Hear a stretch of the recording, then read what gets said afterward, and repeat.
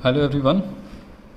तो कल तक हम लोग क्या बात कर रहे थे? हम लोगों ने बात किया था कंसंट्रेशन सेल्स का। कंसंट्रेशन सेल खासकर बहुत इंपॉर्टेंट टॉपिक है नीट में भी और जेई में भी। कौन सा दो कंसंट्रेशन सेल? जो एक जिंक वाला बताए थे और एक हाइड्रोजन इलेक्ट्रोड वाला, जिसमें प्रेशर और कंसंट्रेशन दोनों टर्म था। तो वो दोनों ज़्यादा इंपॉर्टेंट है। उसके बाद वाला मान के चलो हाइड्रोक्विनॉन, ये वो सब एडवांस का टॉपिक हो गया। लेकिन बट कंसंट्रेशन सेल्स जो स्टार्टिंग का दो बताए थे ना, ये वाला, एक तो जिंक का एग्जांपल लेके, जिंक सॉल्यूशन रहेगा दो कंसंट्रेशन, और एक ये हाइड्रोजन वाला, ये वाला कंसंट्रेशन सेल्स ज़्यादा इंपॉर्टेंट है। ठीक है दोनों। उसके बाद जो हाफ सेल्स वगैरह गया है, ये ऑक्सीडेशन रिडक्शन, ये उतना इंपॉर्टेंट नहीं है। मतलब नीट के टॉपिक पे उतना इंटरेस्ट नहीं है, वो नहीं है, इंपॉर्टेंट नहीं है। ठीक है। आगे हम लोग आज देखेंगे मेटल स्पेरिंगली सॉल्युबल सॉल्ट। ये भी इंपॉर्टेंट टॉपिक है। ठीक है। तो metal sparingly soluble salt of metal anion of salt electrode. इसमें देखिए क्या है, इसमें पहले बोला कि this electrode consist of a metal with its sparingly soluble salt. Sparingly soluble salt का मतलब क्या होता है?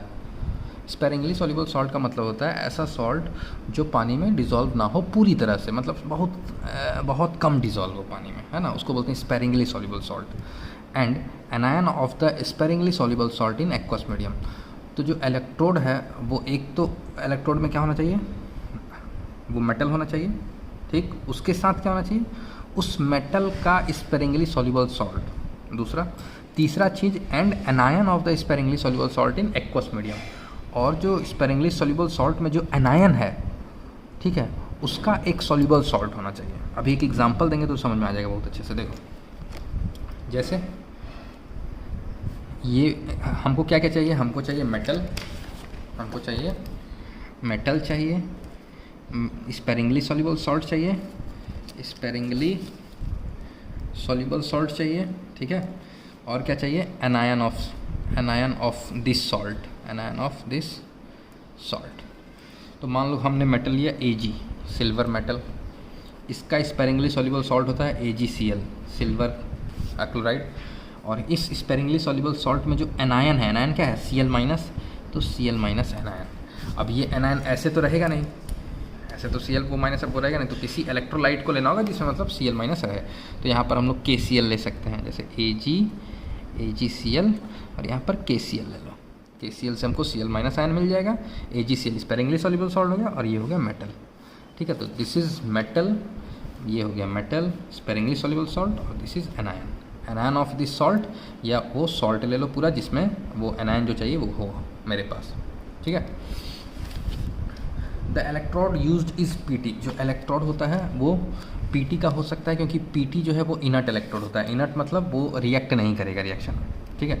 This types of electrode are called reference electrode and are used as cathode most of the time. और जो ये metal sparingly soluble salt है, ये रेफरेंस इलेक्ट्रोड की तरह काम करते हैं। ठीक है। और most of the time cathode की तरह यूज़ होते हैं। एनोड भी होते हैं, लेकिन most of the time cathode की तरह यूज़ होते हैं।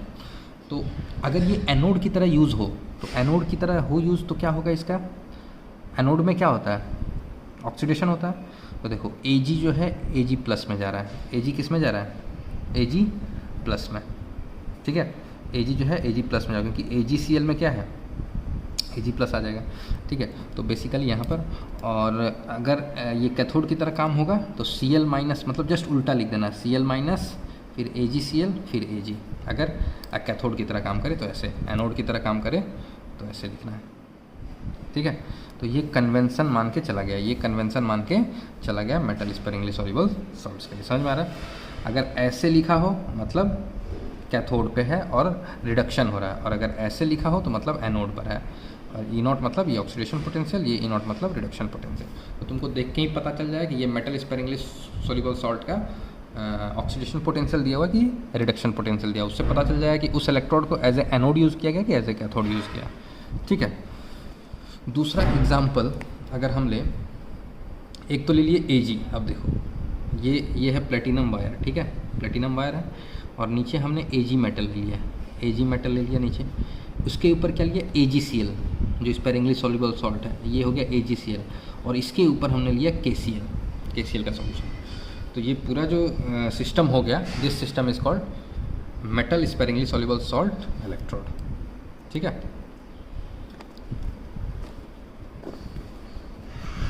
फिर एग्जांपल, दूसरा एग्जांपल देख सकते हो, ये तो प्लेटिनम वायर है, ठीक है, जो कि इनट है।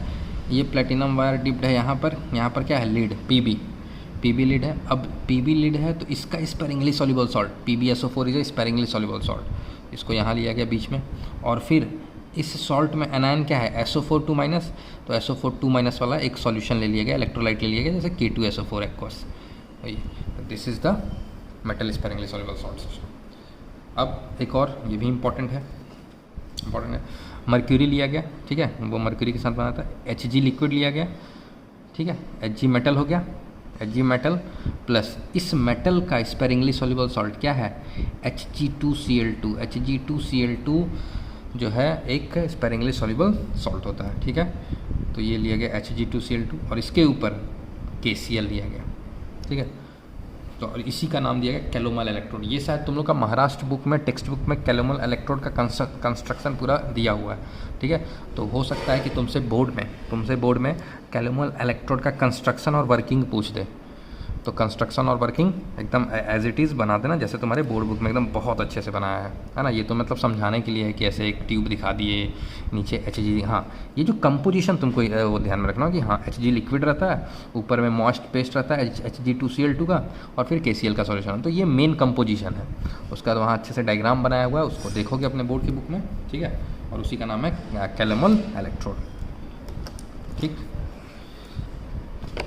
अब देखो working of AgCl KCl electrode. AgCl KCl कौन था, पहला वाला एग्जाम्पल ना, फर्स्ट वाला एग्जाम्पल, AgCl KCl। ये इलेक्ट्रोड जब एनोड की तरह काम करेगा तो कैसे बिहेव करेगा, Ag जो है Ag+ में जाएगा, एक इलेक्ट्रॉन, ठीक है। और Ag+ और एक्वस पानी में क्या है, Cl वो -p, मतलब वो पूरे इलेक्ट्रोड में Cl- p है, तो वो दोनों आपस में मिक्स करके AgCl सॉलिड बना देंगे, ठीक है। तो नेट रिएक्शन एट एनोड ये हो जाएगा, Ag solid Cl- AgCl+ electron. इसलिए लिखते हैं हम लोग AgCl और Cl-, ठीक। Ag से AgCl बन रहा है इन प्रेजेंस ऑफ Cl- है, इन प्रेजेंस ऑफ Cl- है, KCl, और वो Cl- कहाँ से रहा, KCl से रहा। If this electrode works as cathode, तो रिएक्शन मेरा क्या होता है, ये होता है, ठीक है। ये नेट रिएक्शन है, मतलब ये दोनों रिएक्शन होता है, Ag+ से Ag सॉलिड बन गया, और AgCl जो सॉलिड था वो इसमें टूटा, दोनों को जोड़ दिए, तो ये नेट रिएक्शन एट कैथोड ये होता है, और नेट रिएक्शन एट एनोड ये होता है, ठीक है। पहले देखो, अब अगर हम बात करें डेल्टा जी का, एक फार्मूला हम लोग दिए थे क्या, ये तो शायद दे दिए थे ना, डेल्टा जी का formula, delta G0 = -RT ln था, याद है। ये फार्मूला हम लोग कहाँ दिए थे, डेल्टा G0 = -RT ln ये फार्मूला थर्मोडाइनमिक्स का है, इक्विलिब्रियम कांस्टेंट है। अच्छा, KSP भी तो एक इक्विलिब्रियम कांस्टेंट है, तो delta G0 = -RT ln KSP भी तो लिख सकते हैं। KSP का रोल क्यों आ रहा है, क्योंकि यहाँ इस इलेक्ट्रोड में जो एक सॉल्ट लिया गया, स्पेरिंगली सॉल्युबल सॉल्ट, जिसका KSP हम निकाल सकते हैं। तो हो सकता है कि बहुत बढ़िया क्वेश्चन बना दे, बहुत बढ़िया एडवांस लेवल का क्वेश्चन, कि तुमको इलेक्ट्रोकेमिस्ट्री, केमिकल इक्विलिब्रियम, थर्मोडायनेमिक्स तीनों जुड़ गया, ठीक है। अब तुमको डेल्टा G0 का एक ये फार्मूला है तुम्हारे पास, और डेल्टा G0 का तुम्हारे पास इलेक्ट्रोकेमिस्ट्री में क्या फार्मूला, -NF-E0। ये तुम्हारे पास थर्मोडायनेमिक्स का फार्मूला है, ये तुम्हारे पास किसका फार्मूला, केमिकल इक्विलिब्रियम या आयनिक इक्विलिब्रियम, दोनों को कर दोगे तो क्या आ जाएगा, -NF-E0 = -RT ln KSP, ठीक है। तो इस दोनों को मिला के बहुत अच्छा क्वेश्चन दे सकता है। तो यहाँ बात कर रहे हैं कि अगर इसके लिए डेल्टा G0 लिखोगे, डेल्टा G0 तो क्या लिखोगे, डेल्टा G0 = -NF-E0। n क्या है, number of moles of electron, एक मोल इलेक्ट्रॉन है तो n 1 मोल हो गया, ठीक है। F × E0 Ag+ से Ag, ठीक। और अगर ये स्पेरिंगली सॉल्युबल सॉल्ट अगर किस में इक्विलिब्रियम में है, और इसका इक्विलिब्रियम कांस्टेंट KSP है, ठीक है, तो इसका डेल्टा G0 हम क्या लिख सकते हैं, delta G0 = -RT ln KSP, ठीक है। अब जो फाइनल रिएक्शन होगा, दोनों को जोड़ के किया गया है, तो इसका डेल्टा G अलग है, इसका डेल्टा G अलग है। तो जब रिएक्शन को जोड़ोगे तो delta G is an extensive property, याद हो, delta G0 is an extensive property, तो हम लोग डेल्टा G0 को ऐड कर सकते हैं। तो डेल्टा, इस जो फाइनल रिएक्शन का जो डेल्टा G3 होगा, delta G three is equal to इस रिएक्शन का और प्लस इस रिएक्शन का डेल्टा जी नॉट के बराबर होगा। पूरे रिएक्शन का जो डेल्टा जी थ्री होगा वो पहले रिएक्शन और दूसरे रिएक्शन को ऐड करके होगा। तो लिख सकते हैं delta G not three is equal to delta G one not plus delta G not two, है ना। अब delta G not delta G one not दिया हुआ, डेल्टा जी नॉट टू दिया है, दोनों को ऐड कर दिए तो एक अच्छा से हमको क्या मिल गया, इसका ई नॉट मिल गया। ठीक है, यहाँ पे देखो, ठीक। अब देखो डेल्टा जी नॉट थ्री, इस रिएक्शन पे भी तो हम minus n F E not लगा सकते हैं, minus n F E not. अब यहाँ पर n कितना है 1, इसमें भी तो 1 मोल इलेक्ट्रॉन इन्वॉल्व है तो 1 मोल, ठीक है। एफ एफ है और ई नॉट जो है आपका ई नॉट, इस रिएक्शन का ई नॉट क्या होगा, तो ई नॉट होगा सी एल माइनस से ए जी बन रहा है ना, सी एल माइनस से ए जी बन रहा है, मतलब C L minus in presence of A G C L ये बन रहा है। तो हम लिख सकते हैं यहाँ पर इसका ई नॉट, इस रिएक्शन का n और f, this is equal to delta G one naught जो ये था, ठीक है, ये चीज़ plus delta G not two क्या था, minus R T L N K S पे। अब इसी को सॉल्व किए तो हमको ये रिएक्शन मिल गया। अब यहाँ पर देखो E naught C L minus A G C L, A G क्यों लिखा है, क्योंकि दिस वर्क्स एज कैथोड। तो बताएं जब कैथोड की तरह काम करेगा तो कैसे दिखाते हैं, इस तरह से, और जब एनोड की तरह काम करेगा तो उल्टा, ए जी सी एल माइनस, ठीक है ना। ये चीज़ इंपॉर्टेंट है थोड़ा, ठीक। अब देखो टाइप्स ऑफ गैल्वेनिक सेल। अब ये टॉपिक एक तो है कि तुम ये टॉपिक जो है अभी पढ़ लो, और एक है कि सबसे लास्ट में वो पढ़ा जाता है। गैल्वेनिक सेल कितने टाइप के होते हैं, इसमें जो भी बैटरीज वगैरह है ना उसका कंसेप्ट आ जाता है। तो हम लोग क्या करें, आज ही पढ़ लें, आज ही पढ़ लेते हैं इसको, टाइप्स ऑफ ये जो बैटरीज है गैल्वेनिक सेल, इसको आज ही पढ़ के ख़त्म करते हैं। देखो सबसे पहले, और इसका प्रॉपर नोट्स तुमको हम भेज देंगे, एकदम पूरा थ्योरेटिकल चैप्टर है।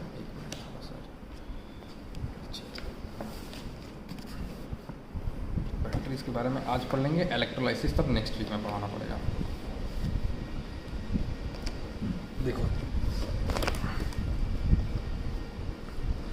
ये जो इस बुक में है ये शॉर्ट नोट्स है, जो पीडीएफ भेजेंगे और उसमें मतलब इलेबोरेट करके किया गया होगा, ठीक है। यहाँ अभी शॉर्ट में समझाते हैं, उससे भी समझाएंगे। देखो गैल्वेनिक सेल कितने टाइप के होते हैं, हम गैल्वेनिक सेल पढ़ रहे हैं। गैल्वेनिक सेल कितने टाइप के होते हैं, दो टाइप के, एक होता है प्राइमरी सेल, एक होता है सेकेंडरी सेल। प्राइमरी सेल और सेकेंडरी सेल में दोनों में क्या डिफरेंस है, तो सेल मतलब बैटरी, नॉर्मल समझ रहे हो ना, सेल मतलब क्या होता है, बैटरी। तो जिस बैटरी को हम लोग रिचार्ज कर सकते हैं उसको बोलते हैं सेकेंडरी सेल, उसको क्या बोलते हैं, सेकेंडरी सेल। जिस बैटरी को हम लोग रिचार्ज कर सकते हैं उसको बोलते हैं सेकेंडरी सेल। और example lead storage battery, lead storage वो बैटरी कहाँ देखो, जो इन्वर्टर वाली बैटरी होती है ना, उसी को बोलते हैं लीड स्टोरेज बैटरी। इन्वर्टर जो घर में लगा रहता है बड़ा सा बैटरी, हाँ, तो वो होता है सेकेंडरी सेल, क्योंकि उसको रिचार्ज भी कर सकते हैं। प्राइमरी सेल क्या, वो क्या हो गया, जिसको रिचार्ज नहीं कर सकते, can not be recharge, can not be recharge, can not be recharge. Primary cell कितने टाइप का होता है, दो टाइप का, ड्राई सेल और लेक्लेंट सेल, ड्राई सेल और लेक्लेंट सेल। अब ड्राई सेल क्या होता है, तो ड्राई सेल जो देखे होंगे वो देखते थे, वो निप्पो की बैटरी जो आती है गोल ऐसा राउंड टाइप का जो रहता है, निप्पो वगैरह बैटरी जो टॉर्च में, पुरानी जो टॉर्च थी उस टाइप में। रुको हम तुमको एग्जैक्ट फिगर दिखाते हैं इसमें।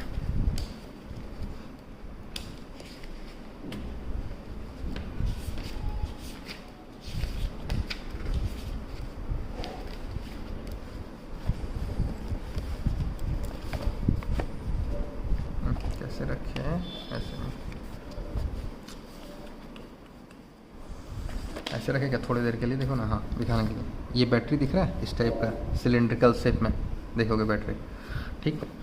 तो इसके बारे में बोल रहा है, इसी के बारे में बता रहा है कि इसमें जो है, उसमें जो है कैसे कंस्ट्रक्शन होता है उसका। तो बाहर वाला जो कंटेनर होता है वो जिंक का बना रहता है, वो किसका बना रहता है, जिंक का। और ये जो रॉड होता है, रॉड देखोगे अंदर में, वो होता है ग्रेफाइट रॉड।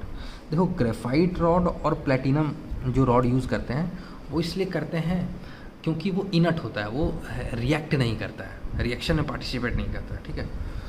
अब क्या किए कि जो हमारा ये है, ये है मेरा क्या, ये है ग्रेफाइट का रॉड, ठीक है, कैथोड।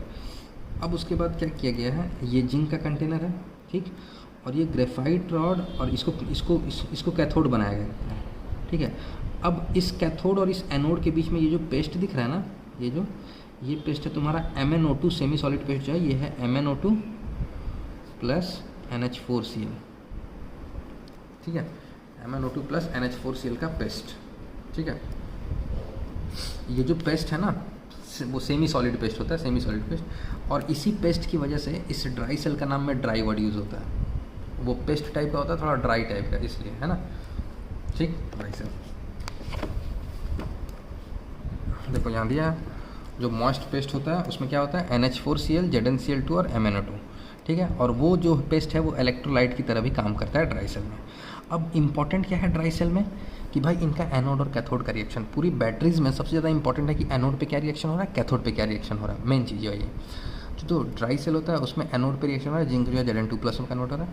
कैथोड पे कौन सा रिएक्शन हो रहा है, NH4+ जो है वो 2 इलेक्ट्रॉन लेके अमोनिया गैस और H2 गैस बना दे रहा है, अमोनिया गैस और H2 गैस बना दे रहा है। इसका तुम एग्जैक्ट रिएक्शन देखोगे ना तो एग्जैक्ट रिएक्शन होता है कैथोड पे ये MnO2 plus NH4+ plus electron gives MnOOH plus NH3, ये होता है पूरा एग्जैक्ट रिएक्शन, ठीक है, कैथोड पर, ठीक। तो कैथोड वाला जो रिएक्शन है वो देख रहे हो कि कैथोड में एक गैस निकल रही है NH3 गैस, कैथोड में कौन सा गैस निकल रहा है, NH3 गैस। तो ये गैस, ये जो NH3 गैस निकला, ये जो NH3 गैस वो लिबरेट हुआ, ये NH3 गैस इस Zn2+ के साथ, इस Zn2+ के साथ एक कॉम्प्लेक्स बनाने लगता है, NH3 4, ये कॉम्प्लेक्स बनाने लगता है, जिंक NH3 4 अब देखो, क्योंकि ये जो अब क्या होगा कि जो गैस निकल रहा है कैथोड पे वो एक तरह से Zn2+ को खाते जा रहा है, मतलब Zn2+ उसको खाते जा रहा है, तो Zn2+ तो कम हो रहा है ना, जितना Zn2+ कम होगा उतना ही Zn सॉलिड जो है Zn2+ बनाएगा। तो इस तरह से क्या हो जाएगा कि जो बैटरी है उसका लाइफ टाइम बहुत कम हो जाएगा ना, क्योंकि जिंक ही जब आपका खत्म हो जाएगा, जिंक धीरे धीरे Zn2+ बन रहा है और ये Zn2+ NH3 के साथ रिएक्ट करके ये कॉम्प्लेक्स बना ले रहा है, ठीक है। तो धीरे धीरे ये जिंक जो है, जिंक रॉड ये गलते जाएगा ना, ये गल के कम होते होते Zn2+ बना रहा है, कम होके बना रहा है और ये Zn2+ इस कैथोड पे जो NH3 निकल रहा है उसके साथ रिएक्ट करके ये कॉम्प्लेक्स बना ले रहा है। तो कभी ना कभी तो ऐसा टाइम आएगा ये पूरा ही खत्म हो जाएगा, सेल काम करना ही बंद कर देगा, है ना। तो ये चीज़ है। अब क्या है कि ये जो सेल है, जो ड्राई सेल है, इसका जो पोटेंशियल होता है वो लगभग 1.25 से 1.5 वोल्ट तक का होता है, 1.25 से 1.5 वोल्ट का पोटेंशियल ये देता है। तुम कोशिश करना इससे नोट्स नहीं लिखने, इसका जो हम नोट्स भेजेंगे उससे नोट्स लिखना है ना, वो ज़्यादा बेटर है, ठीक। दूसरा है लिड स्टोरेज बैटरी, ये इम्पोर्टेंट है, लिड स्टोरेज बैटरी। NCERT से ये पूरा टॉपिक ही हटा दिया, मतलब कि तुम्हारा CBSE बोर्ड एग्ज़ाम से ये टॉपिक पूरा हटा दिया है, पूरा बैटरीज हटा दिया है, ठीक है। लिड स्टोरेज बैटरी में क्या होता है कि इसमें लिड स्टोरेज बैटरी मतलब अपना जो एक्साइड वाली बैटरी नहीं होती, इन्वर्टर या गाड़ियों में भी रहता है शायद क्या रहता है ये, तो उसमें क्या होता है, उसमें इस टाइप के 6 रॉड रहते हैं, 1 2 3 4 5 6, 6 में से 3 एनोड होता है, 3 कैथोड होता है ना, नहीं 12 कितने होंगे, हाँ 6 सच यूनिट, मतलब इस टाइप का 6 होगा, मतलब एक एनोड एक कैथोड, ये हो गया 1 यूनिट, तो इस टाइप का 6 यूनिट्स होंगे और 6 जो है सीरीज़ में जुड़े रहेंगे, 6 जो है सीरीज़ में जुड़े रहेंगे। हम किसी 2 मतलब एक एनोड और एक कैथोड को लेके चल रहे हैं, एक एनोड और एक कैथोड को लेके चल रहे हैं। बाकी इस पूरे लिड स्टोरेज बैटरी में 6 ऐसे यूनिट्स रहते हैं, ठीक है। एक यूनिट से जो वोल्ट हमको मिलता है वो होता है 2 वोल्ट मिलता है, तो 6 यूनिट है तो 6 से कितना वोल्ट मिलेगा, 12 वोल्ट, 6 यूनिट से 12 वोल्ट मिलेगा, ठीक है। क्योंकि 6 जो यूनिट है वो सीरीज़ में जुड़े रहते हैं, ठीक। अब यहाँ मेन है कि भाई इसका एनोड का कंसंट, देखो मेनली क्या है बैटरीज में कि एनोड और कैथोड किससे बना है और एनोड कैथोड पे रिएक्शन क्या होता है, बस ये सबसे इम्पॉर्टेंट है। तो अगर हम बात करें एनोड और कैथोड की, तो ये जो एनोड है वो स्पॉन्जी लिड से बना होता है, PB, और जो कैथोड है, कैथोड किससे बना रहता है, कैथोड PbO2 से, मतलब वो लिड का ये होता है और इसको मतलब कोट किया जाता है लेड ऑक्साइड से, PbO2 से इसको कोट कर दिया जाता है, ठीक है। और सबसे इम्पॉर्टेंट बात कि इसको जिस सॉल्यूशन में डिप किया जाता है ना, उसमें H2SO4 सॉल्यूशन होता है वो, जो कि 38% वेट बाई वेट होता है। कितना परसेंट, 38% वेट बाई वेट होता है और उसकी डेंसिटी होती है 1.30 ग्राम पर सेंटीमीटर क्यूब। वो जो सॉल्यूशन है H2SO4 की वो 30% W/W, ये समझ में आ रहा है W/W क्या है? 38% W/W का मतलब 100 ग्राम में 38 ग्राम H2SO4 है ना। और डेंसिटी कितना है? 1.30 ग्राम पर सेंटीमीटर। तो कभी पूछा है ये क्वेश्चन कि जो लेड स्टोरेज बैटरी में जो एसिड यूज़ होता है उसका कंसनट्रेशन क्या होता है, और डायरेक्ट यही दिया था 38% W/W, एक ऑप्शन। ठीक है, अगर एडवांस में पूछेगा तो उसमें क्या करेगा, डेंसिटी तुमको मान लो याद भी है या दे भी देगा, बोल देगा कि उसकी मोलरिटी क्या होगी या कुछ निकालो, मोलरिटी वगैरह कुछ भी निकलवा लेगा इससे। ठीक है, तो तुमको ध्यान रखना होगा कि उसका जो है 38% W/W सॉल्यूशन का कंसंट्रेशन होता है H2SO4 का। क्लियर?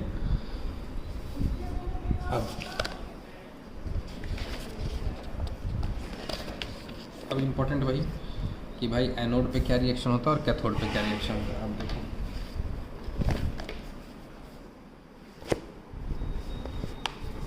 ये बैटरी दिख रहा है पूरा अच्छा से, हाँ यही वाला बैटरी।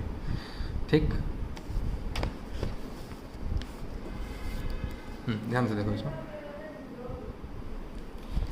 कैसे करेंगे। ऊपर उठाना पड़ेगा, भारी एक मिनट, इसको थोड़ा बदला सकते हैं क्या? रुको थोड़ा कोशिश करते हैं।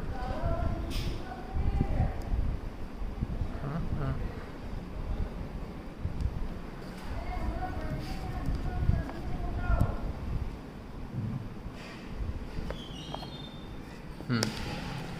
बेटर। अब देखो लिड स्टोरेज बैटरी है, तो अब ये जो है सेकेंडरी सेल है। ये कौन सा सेल है? Secondary cell. Lead storage battery है सेकेंडरी सेल। सेकेंडरी सेल का मतलब ये रिचार्ज, मतलब ये तो एक तो डिस्चार्ज होगा पहले, मतलब डिस्चार्ज इन द केस, इसको जब यूज़ करोगे तो डिस्चार्ज होगा, फिर यूज़ कर लिए एक बार, डिस्चार्ज होगा बैटरी, फिर इसको तुम चार्ज कर सकते हो, है ना। तो इस सेकेंडरी सेल में क्या होगा, दो टाइप से रिएक्शन होगा। जब ये डिस्चार्ज हो रहा होगा उस टाइम कुछ और रिएक्शन होगा, जब ये रिचार्ज हो रहा होगा उस टाइम कुछ और रिएक्शन। हाँ, तो इसमें जो है, जो पहला ये दिखा रहा है कि ड्यूरिंग डिस्चार्जिंग डिस्चार्ज के समय कौन सा रिएक्शन होगा एनोड और कैथोड पे, और रिचार्जिंग के समय कौन सा रिएक्शन होगा। रिचार्जिंग के समय जस्ट जो है डिस्चार्जिंग का उल्टा रिएक्शन होगा। देखो कैसे, पहले ड्यूरिंग डिस्चार्जिंग देखते हैं। डिस्चार्जिंग में एनोड पर क्या था? Pb, तो लेड जो है Pb2+ बना रहा है, ठीक है। और ये जो Pb2+ आयन बना, ये सॉल्यूशन में जो H2SO4 है ना, तो सॉल्यूशन में SO4 2- भी होगा, तो उस SO4 2- के साथ रिएक्ट करके Pb2+ PbSO4 का प्रेसिपिटेट बना देता है, लेड सल्फेट। और ये दोनों कंबाइन करके रिएक्शन हो जाता है, overall reaction Pb + SO4 2- PbSO4 + 2 electron. ठीक है, तो ये हुआ एनोड पर रिएक्शन। उसके बाद कैथोड पर क्या रिएक्शन होता है? तो कैथोड पर क्या है? मेनली PbO2 है, तो PbO2 जो है वो H+ लेकर Pb2+ बना लेता है। PbO2 H+ लेके क्या बना लेता है? Pb2+ और H2O। और ये फिर से Pb2+ बना, वो Pb2+ सॉल्यूशन में SO4 2- लेके फिर से PbSO4 का प्रेसिपिटेट बना देता है, फिर से PbSO4 का प्रेसिपिटेट बना लेता है। तो ओवरऑल जो रिएक्शन एट कैथोड हुआ वो दोनों को जोड़ के वो ये हुआ। ठीक है, क्लियर? अब therefore the overall cell reaction during discharging, ये हो गया तुम्हारा एनोड और कैथोड का reaction at anode and at cathode. और ओवरऑल जो रिएक्शन हुआ डिस्चार्जिंग के दौरान, वो एनोड पर जो ओवरऑल रिएक्शन हुआ और कैथोड पे जो ओवरऑल रिएक्शन हुआ, दोनों को जोड़ देंगे तो this is the overall reaction of this led storage battery during discharging. तो ऐसा क्वेश्चन पूछ सकता है तुमसे कि भाई डिस्चार्जिंग वाला रिएक्शन लिखो पूरा, एनोड और कैथोड पे क्या होता है, ओवरऑल रिएक्शन और हाफ सेल रिएक्शन, है ना। ठीक, अब एक बार जब ये डिस्चार्ज हो गया, तो फिर हमको इसको रिचार्ज करना होगा। ठीक है, अब देखो जब ये डिस्चार्ज हो रहा था ड्यूरिंग डिस्चार्जिंग, एक important point, it act as galvanic cell. जब ये डिस्चार्ज हो रहा होता है तब ये एक्ट करता है किसकी तरह? गैल्वेनिक सेल की तरह। गैल्वेनिक सेल क्या होता था, याद करो। गैल्वेनिक सेल ही तो इलेक्ट्रिकल एनर्जी देता था, केमिकल एनर्जी से इलेक्ट्रिकल एनर्जी देता था। और जब ये रिचार्ज होगा ड्यूरिंग रिचार्जिंग के दौरान हम इसको इलेक्ट्रिक करंट प्रोवाइड करेंगे। तो अगर जिस सेल को हम इलेक्ट्रिक करंट प्रोवाइड कर रहे हैं, ठीक है, और वो केमिकल एनर्जी में कन्वर्ट हो रहा है, तो उसको हम लोग बोलते थे इलेक्ट्रोलाइटिक सेल। ठीक ठीक है, इलेक्ट्रोलाइटिक सेल। तो जब रिचार्ज होता है तो रिचार्जिंग के दौरान जो ये बैटरी है, लीड स्टोरेज बैटरी, वो किसकी तरह काम करता है, इलेक्ट्रोलाइटिक सेल। तो ये एक इंपॉर्टेंट क्वेश्चन बन जाता है कि लीड स्टोरेज बैटरी जो है वो डिस्चार्जिंग के समय किस टाइप का सेल का काम करता है और रिचार्जिंग के समय किस टाइप का सेल का काम करता है। तो during discharging it act as galvanic cell and during recharging, जब ये रिचार्ज होता है तो it act as an electrolytic cell. तो इसमें जो कैथोड और एनोड का रिएक्शन है वो क्या है, कैथोड का रिएक्शन हो जाएगा PbSO4, PB सॉलिड PbSO, ये ठीक है। और देखो कहीं ना कहीं देखो ये है मेरा रिचार्जिंग का रिएक्शन, ये और ये मेरा ये एनोड का रिएक्शन है और ये कैथोड का रिएक्शन है। कब का, जब डिस्चार्ज हो रहा था। रिचार्ज में देखो तो जस्ट उल्टा है क्या, जस्ट देखो कैथोड का रिएक्शन जस्ट रिवर्स है, मतलब इधर से इधर बन रहा है, प्रोडक्ट जो है रिएक्टेंट बन गया, रिएक्टेंट जो है प्रोडक्ट बन गया, ठीक है। और क्या हो रहा है एट एनोड, क्या हो रहा है एनोड पे भी देखो उल्टा हो रहा है, PbSO4 + 2H2O gives PbO2 + 4H+ + SO2-, just उल्टा हो गया। तो अगर तुमको डिस्चार्जिंग वाला रिएक्शन याद है तो तुमको रिचार्जिंग वाला रिएक्शन याद रखने की ज़रूरत नहीं है, ओवरऑल रिएक्शन लिख देंगे, ठीक। अब देखो हमको क्लियरली दिख रहा है कि H2SO4 हमारा यूज़ हो रहा है। It is clear that H2SO4 is used up during the discharge and product during recharging reaction of cell.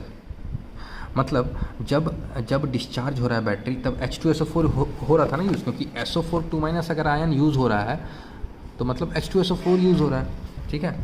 और जब रिचार्ज हो रहा है तो H2SO4 प्रोड्यूस भी हो रहा है, ठीक।